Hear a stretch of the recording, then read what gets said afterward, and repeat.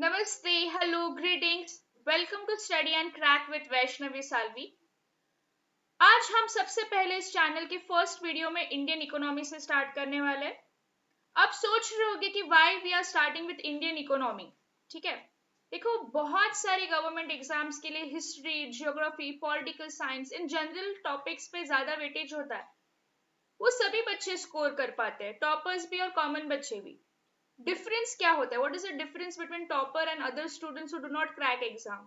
Difference इन subjects में होता है, Indian economy, science and tech, environment and biology, क्योंकि ये ज्यादा फैक्चुअल बेस्ड क्वेश्चंस होते हैं।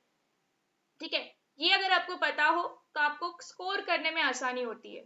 तो इस चैनल पे हम क्या करेंगे, स्मार्ट वर्क पे ज्यादा फोकस करेंगे। आपकी हर टॉपिक की प्रॉपर सिलेबस, स्ट्रैटेजी कवर ही की जाएगी। प्लस आपको हाउ टू अप्रोच, आपको जो अप्रोच होना चाहिए उसके ऊपर ज्यादा फोकस किया जाएगा। तो आज की वीडियो की पहले शुरुआत करते हैं। आज का हमारा वीडियो है mains plus prelims approach for Indian economy. देखो, इसमें सबसे पहले टॉपिक होगा importance of economics for UPSC. ये वीडियो सिर्फ यूपीएससी के बच्चों के लिए नहीं है, एमपीएससी, किसी भी गवर्नमेंट एग्जाम, बैंक एग्जाम या फिर इकोनॉमिक्स के लिए प्रिपेयर करने वाले लोग भी इस वीडियो का यूज कर सकते हैं। या फिर आप सपोज किसी भी एग्जाम के लिए प्रिपेयर नहीं कर रहे हो, फिर भी हर इंसान को इकोनॉमी, अपने देश की या अपने आजू बाजू होने वाली इकोनॉमिक कंडीशंस के बारे में पता होना चाहिए। तो दैट्स द रीजन ये कोर्स आप किसी भी इंसान को दिखा दो, ये सबके लिए बेनिफिशियल है। ठीक है, दूसरा हम देखेंगे सोर्सेस एंड बुक लिस्ट क्या होनी चाहिए। अगर आप मार्केट में जाओगे, बहुत सारी किताबें आपको मिल जाएगी, बहुत सारे नोट्स आपको इकोनॉमिक्स पे मिल जाएंगे।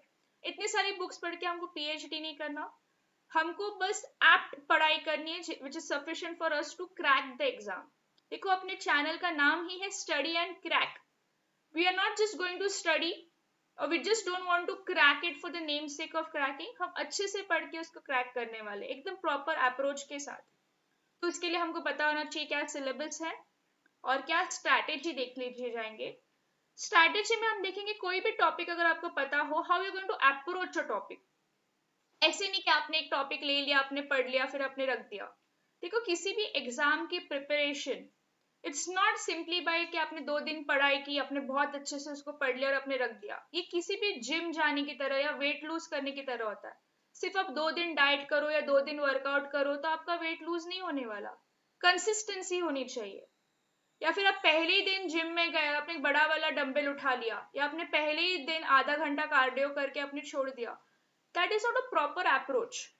सो किसी भी पढ़ाई में भी किसी भी टॉपिक पे कैसे अप्रोच करना चाहिए, ये हम आज के वीडियो में सबसे ज्यादा इंपॉर्टेंट होगा। जैसे आपको टॉपिक समझ में आएगा, example of how to approach any question. For example, आपने टॉपिक कवर अप कर लिया, उसके बेसिस पे क्वेश्चन आया, तो मेंस के पेपर में आप उस क्वेश्चन के कैसे आंसर्स लिखोगे, ये मैं आपको फर्स्ट वीडियो में ही बता दूंगी। देखो, एक रीजन होता है, यूपीएससी की जो सिविल सर्विसेज एग्जाम्स है वो बाकी स्टेट सर्विसेज के एग्जाम से कैसे अलग होती है कि यहाँ पे मेंस में आंसर राइटिंग होता है। और बहुत सारे बच्चे कंफ्यूज हो जाते हैं कि हम आंसर राइटिंग कब स्टार्ट करें, सारा सिलेबस एक बार खत्म होने के बाद या स्टार्टिंग से पहले दिन अगर करनी है, तो how to approach. That's the reason मैं आपको ये फर्स्ट वीडियो में ही बता दूंगी, क्योंकि सारा सिलेबस खत्म होने के बाद अगर आप आंसर राइटिंग लिखने का सोच रहे हो तो वो दिन कभी नहीं आने वाला। बिकॉज ये सिलेबस इतना वास्ट होता है कि you will never feel confident कि आज मेरा सिलेबस हो गया पूरा। एक दिन आपको लगेगा कि आपने बहुत अच्छी पढ़ाई की, दूसरे दिन आपको लगेगा कि मेरा डिसीजन बहुत गलत था। तो इस फ्लक्चुएटिंग माइंड की सिचुएशन में भी कंसिस्टेंसी कैसे मेंटेन करनी है, आपका अप्रोच कैसा होना चाहिए, ये आज आप इस वीडियो में देखने वाले हो। ठीक है, देखो, आप बहुत सारे ऐसे वीडियोस देखोगे जिसमें होता है 45 डेज में इकोनॉमिक्स खत्म कर दो, 45 या 1 ईयर स्ट्रैटेजी फॉर यूपीएससी। देखो, हर एक के लिए 45 डेज अलग होते हैं, हर एक के लिए एक साल अलग हो सकता है। ठीक है, you might be a working aspirant, you might be a student, you might be a housewife, बहुत सारे किसी के लाइफ में कुछ ये हो सकते हैं। Irrespective from which background you come, irrespective आपके कॉलेज में इकोनॉमिक्स आपने पढ़ाई की हुई है कि नहीं, इररिस्पेक्टिव आपको स्कूल में सब्जेक्ट पसंद था कि नहीं, this strategy is going to be useful for everyone, I assure you that. कि अगर आप स्टडी एंड क्रैक के इकोनॉमी कोर्स को बहुत अच्छे से पढ़ाई कर लोगे, आई अश्योर यू कि इकोनॉमी से आया हो कोई भी क्वेश्चन आप एग्जाम में मिस नहीं करोगे। ठीक है, you'll be very confident to attempt that question. तो पहले देखते हैं importance of economics for UPSC. देखो इंपॉर्टेंट सारे तीनों स्टेजेस के लिए एग्जाम के, प्रीलिम्स में भी इकोनॉमिक्स के क्वेश्चंस आते हैं, मेंस में भी आते हैं और इंटरव्यू में भी पूछा जाता है। ठीक है, 15 to 20% of prelim questions are directly from economics. पिछले साल का अगर 2019 का प्रीलिम्स का पेपर आप देखोगे, 100 क्वेश्चंस में से 28 क्वेश्चंस इकोनॉमिक्स से थे। ठीक है, more than half the number of questions in paper 4 that is GS3 is from economy। अभी देखो यहाँ पे मैंने लिखा it's easy to score due to unambiguity of syllabus. मतलब अगर आप आर्ट एंड कल्चर की बुक खोल के देखोगे, म्यूजिक, डांस, आर्ट फॉर्म्स, बहुत सारी चीजें याद करने के लिए, उसमें से क्वेश्चंस बहुत ही कम आता है। पर इकोनॉमिक्स सिलेबस काफी लिमिटेड है और उसमें से क्वेश्चंस बहुत ज्यादा आते हैं। So if you read and understand the topics from limited available sources, chances of scoring good marks is higher। देखो थोड़ा सा इन्वेस्टमेंट और हाई रिटर्न, सो इकोनॉमिक्स एक्चुअली काफी इकोनॉमिकल सब्जेक्ट है आपके एग्जाम प्रिपरेशन के लिए। Current affairs is half the work done of Indian economy preparation, so reading the newspaper daily itself is plenty. देखो मैंने जैसे आपको बोला था कि ये मैंने शुरुआत ही चैनल की इकोनॉमिक्स से इसके लिए की हुई है कि आप बहुत बार पेपर पढ़ोगे। अगर इकोनॉमिक्स का प्रिपरेशन आपने साल के एंड में रखा होगा तो तब तक आप उतनी सारी इंपॉर्टेंट टर्म्स मिस कर दोगे। So to avoid missing of those terms, आपको पहले ही पता होना चाहिए कि आप क्या चीज पढ़ रहे हो, उसका मीनिंग क्या है। इसके लिए हम इकोनॉमिक्स से स्टार्ट करने वाले।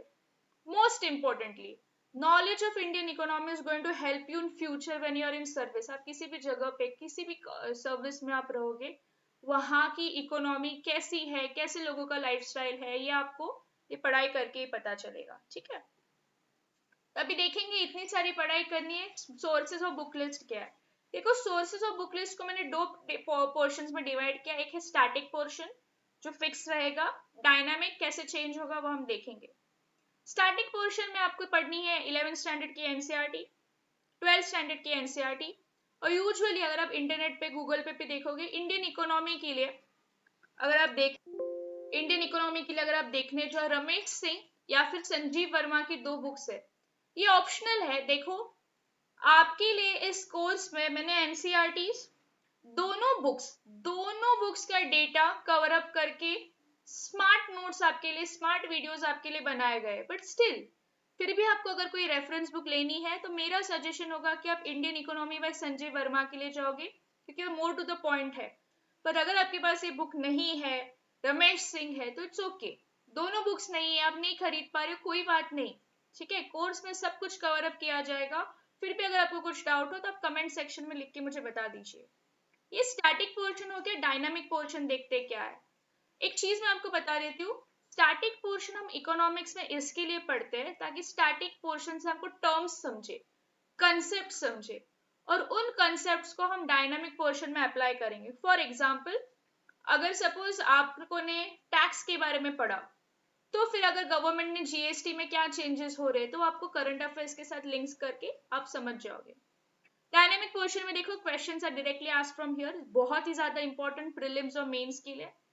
सबसे पहले होता है इकोनॉमिक सर्वे वॉल्यूम 1 और 2, most important source for Indian economy. इसके बहुत सारे वीडियोस बन जाते हैं हर साल इकोनॉमिक सर्वे आने पे, उसको हम बाद में देख लेंगे। न्यूज़पेपर, एक न्यूज़पेपर तो होना चाहिए रीडिंग के लिए, आइदर हिंदू और इंडियन एक्सप्रेस।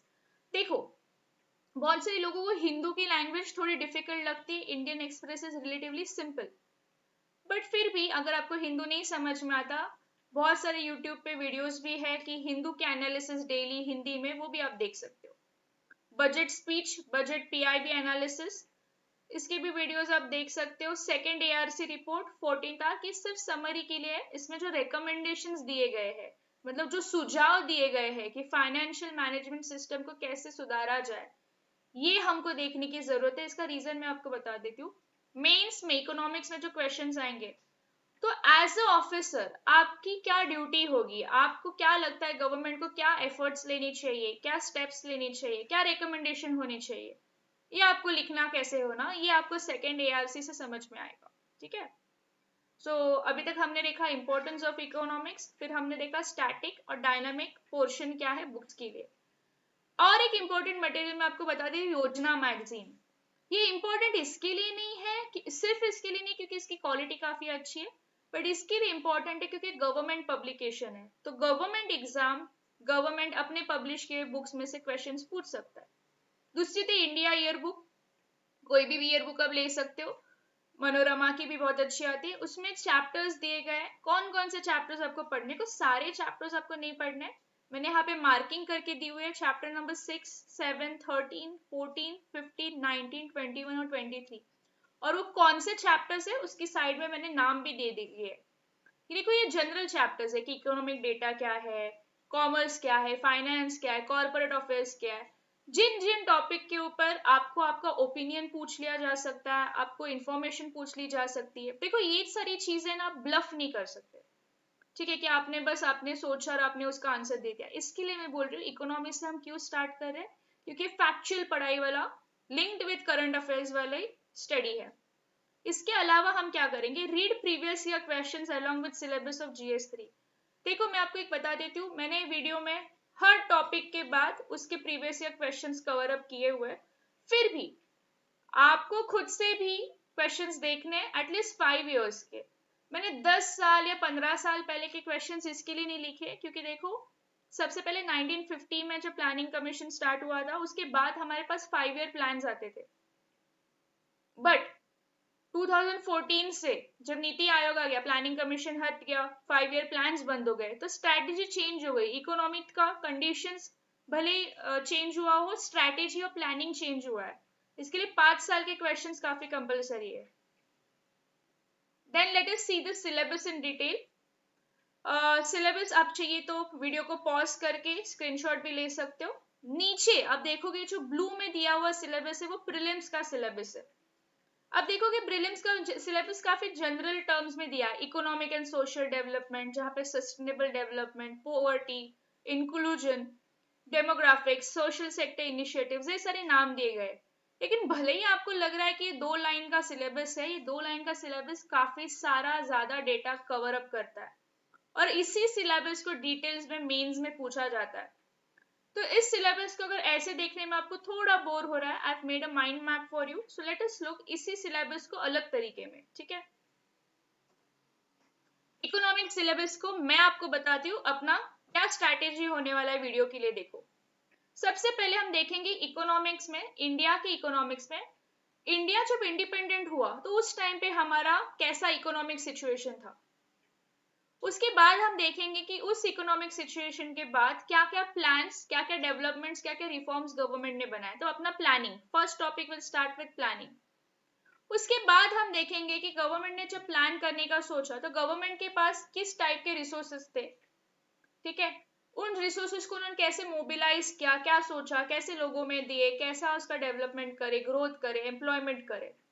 उसके बाद जब आपके पास रिसोर्सेस है, रिसोर्सेस सिर्फ ऐसे नहीं होने चाहिए कि आप एक ही सेक्टर ऑफ सोसाइटी को दो, आप चाहते हो कि this resources should be divided equally, और not equally but it should reach amongst all needy, poor, middle class, upper class, extremely rich people, सबका ग्रोथ होना चाहिए, सबका साथ सबका विकास।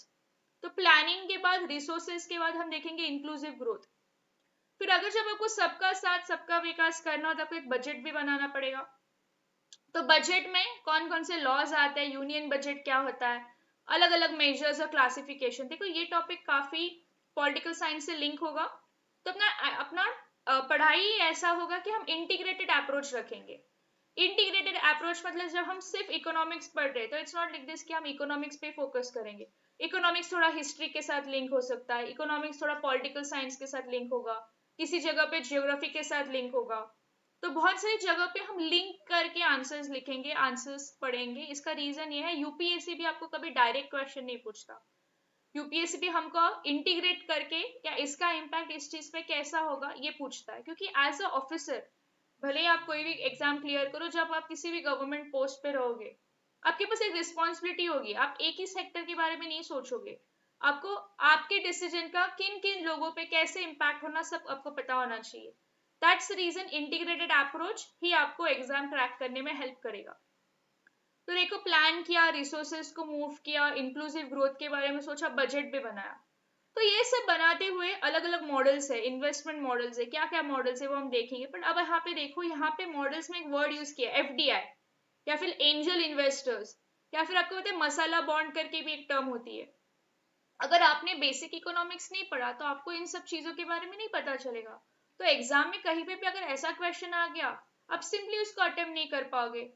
वेरएज किसी और बच्चे ने अगर इकोनॉमिक्स की पढ़ाई की हो, simply by knowing the concept ही will be able to understand. तो देखो, ये सब्जेक्ट आपको, जो आप इजीली जो भी मार्क्स लूज आउट कर रहे थे वो लूज आउट करने से रोकेगा। फिर आप देखोगे एग्रीकल्चर, मोस्टली आप देखोगे agriculture topic comes under geography, but यहाँ पे हम agriculture economic point of view से देखेंगे।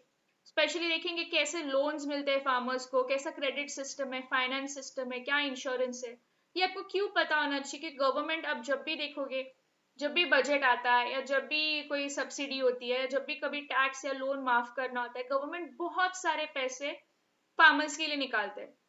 ठीक है, बहुत सारे लोग फार्मर्स का लोन भी वो लोग वेव ऑफ करते हैं। क्यों करते, क्या प्रॉब्लम है, इंडिया की इकोनॉमी कितनी एग्रीकल्चर पे डिपेंडेंट है, डायरेक्टली इनडायरेक्टली, हमको पता होना चाहिए। फिर यहाँ पे क्वेश्चन आता है एग्रीकल्चर रिवोल्यूशंस के ऊपर, green, blue, white and golden, yellow. अलग अलग रिवोल्यूशंस कौन कौन से चीज के लिए रिप्रेजेंट करते हैं, ये प्रीलिम्स में क्वेश्चन आता है। इसी के ऊपर आपको मेंस में आपको इसी के ऊपर क्वेश्चन आएगा कि डिटेल में बताओ रिवोल्यूशंस ने क्या चेंज किया एग्रीकल्चर के ऊपर। तो देखो, यही टर्मिनोलॉजी फैक्चुअल क्वेश्चन प्रीलिम्स में, एनालिसिस वाले क्वेश्चन मेंस में। तो सब्जेक्ट बहुत ही लिमिटेड टॉपिक पे है बट काफी इंपॉर्टेंट है। तो हमने एग्रीकल्चर देखने के बाद हम देखेंगे एग्रीकल्चर से बना हुआ खाना कैसे प्रोसेस किया जाता है। अपार्ट फ्रॉम दिस, इंडिया में और कौन कौन से सेक्टर्स है, एनिमल रियरिंग, ई टेक्नोलॉजी, इंडस्ट्रीज, इंफ्रास्ट्रक्चर और लैंड फॉर्म्स। तो देखो, ये जो पहले वाला टॉपिक था, ये ऐसे आपको दिखने में काफी बोरिंग लगेगा। ये एक माइंड मैप मैंने बना दिया, same topic is covered in this. इसी सिलेबस को अच्छे से पढ़ लो, आपका प्रीलिम्स और मेंस दोनों अच्छा चला जाएगा। इसके लिए मैंने इस वीडियो को मेंस प्लस प्रीलिम्स अप्रोच करके दिया हुआ है। ठीक है, आप वीडियो को पॉज करके इसका भी स्क्रीनशॉट ले लीजिए। Okay, now we move on to how to approach a topic. अभी किसी भी टॉपिक को कैसे अप्रोच करें। देखो, in order to clear mains, just knowing about the topic is not enough, you have to understand and analyse them. सिर्फ हमको topic पता है और हम आंसर लिखने जाएंगे, ऐसे नहीं होता। Whereas prelims is all about breadth, mains you'll have to focus both on breadth and depth.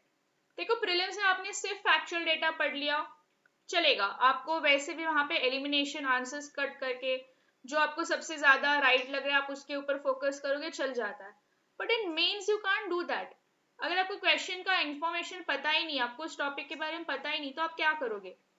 So just knowledge is not enough, you must develop analytical ability. आपको एनालाइज करके क्वेश्चन ने क्या पूछा है उस हिसाब से आंसर देना आना चाहिए।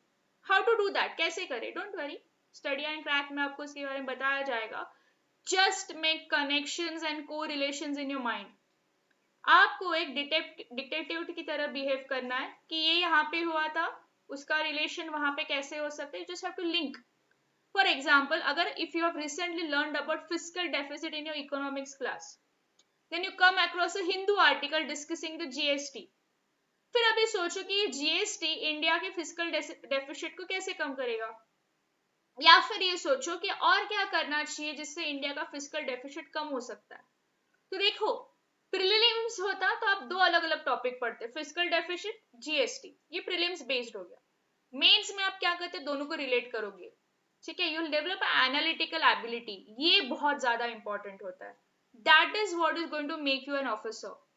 देखो, एग्जाम में ये जो एग्जाम का जर्नी होता है, भले आप क्लियर करो या ना करो, आपकी पर्सनैलिटी, आपका जो सोचने का तरीका होता है वो बहुत अच्छे से डेवलप हो जाएगा।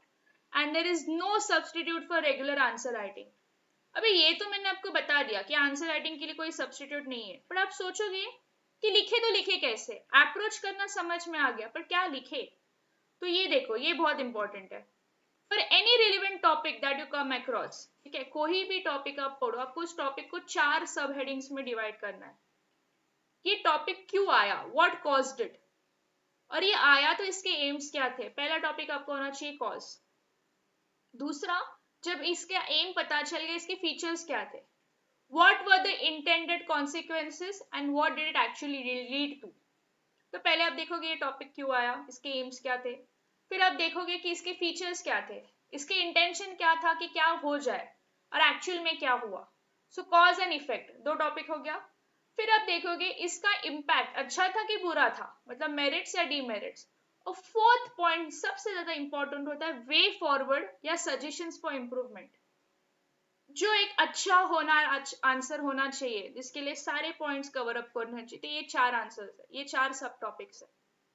तो नेक्स्ट टाइम आप कोई भी टॉपिक कवर अप करो, यू फॉलो दिस फोर सब headings: cause, effect, merit, demerits and way forward. This framework is not merely applicable to economics but to each and every topic in mains including history, polity, society. किसी भी topic के लिए आप use कर सकते हो। तो देखो मैंने आज आपको बता दिया किसी भी टॉपिक को कैसे अप्रोच करना है। अभी मैंने आपको बता दिया किसी भी आंसर राइटिंग को कैसे स्टार्ट करना है। अभी आप बोलोगे मैम ने तो बता दिया बट एग्जाम्पल कहाँ पे, एग्जाम्पल दे सकते हैं क्या? So I give you example also, example of how to approach any question. ये क्वेश्चन मैंने 2017 के मेंस का लिया। Explain various type of revolutions that took place in agriculture after independence in India. कौन कौन से रिवोल्यूशंस आए और इन रिवोल्यूशंस ने पॉवर्टी एलिवेशन और फूड सिक्योरिटी में कैसे हेल्प किया। तो सबसे पहले अभी आपने टॉपिक पढ़ लिया, आप स्क्रीन की तरफ बिल्कुल मत सोचो, 2 सेकंड वीडियो को पॉज करो, अब सोचो। क्वेश्चन है रिवोल्यूशंस के ऊपर। पहला टॉपिक आना चाहिए कॉज, कि ये क्यों आया, ठीक है। व्हाट वर इज एम्स, ये अपना पहला टॉपिक होना चाहिए। तो इंट्रोडक्शन देखो कैसे होगा। पहले आप बोलोगे stagnant state of agriculture in pre independence, मतलब बताओगे इंडिपेंडेंस के पहले इंडिया की कितनी खराब स्थिति थी एग्रीकल्चर में। उस रीजन की वजह से इंडिपेंडेंस के बाद एग्रीकल्चर को सुधारने के लिए रिवोल्यूशंस आ गए। तो पहले आपने उसका कॉज बताया कि ये क्यों आया। फिर है उसके फीचर्स और एम्स इफेक्ट में। तो हम देखेंगे ग्रीन रिवोल्यूशन किस चीज के लिए, व्हाइट किसके लिए, ब्लू क्यों है, रेड क्यों है, सिल्वर क्यों है, उसकी फीचर्स और एम्स। बट क्या उसने वो एक्चुअली कवर अप किए, तो वो हम बॉडी 2 में देखेंगे कि इंडिया का एक्चुअली प्रॉब्लम क्या था। फूड इनसिक्योरिटी मेजर प्रॉब्लम था। रिवोल्यूशंस ने दोनों प्रोडक्शन बढ़ा दिया, प्रोडक्टिविटी भी बढ़ा दिया, इंडिया सेल्फ सफिशिएंट हो गया और बाहर से हमको कम खाना मंगाना पड़ा। अब यहाँ पे दो वर्ड्स है, एमएसपी एंड पीडीएस सिस्टम्स। मैं जानबूझ के इसका फुल फॉर्म आपको नहीं बता रही हूँ। जिसको ऑलरेडी फुल फॉर्म पता है बहुत अच्छी बात है, आप कमेंट सेक्शन में लिख सकते हो। जिसको नहीं पता बिल्कुल टेंशन मत लो, क्योंकि इंट्रोडक्शन वाला वीडियो है।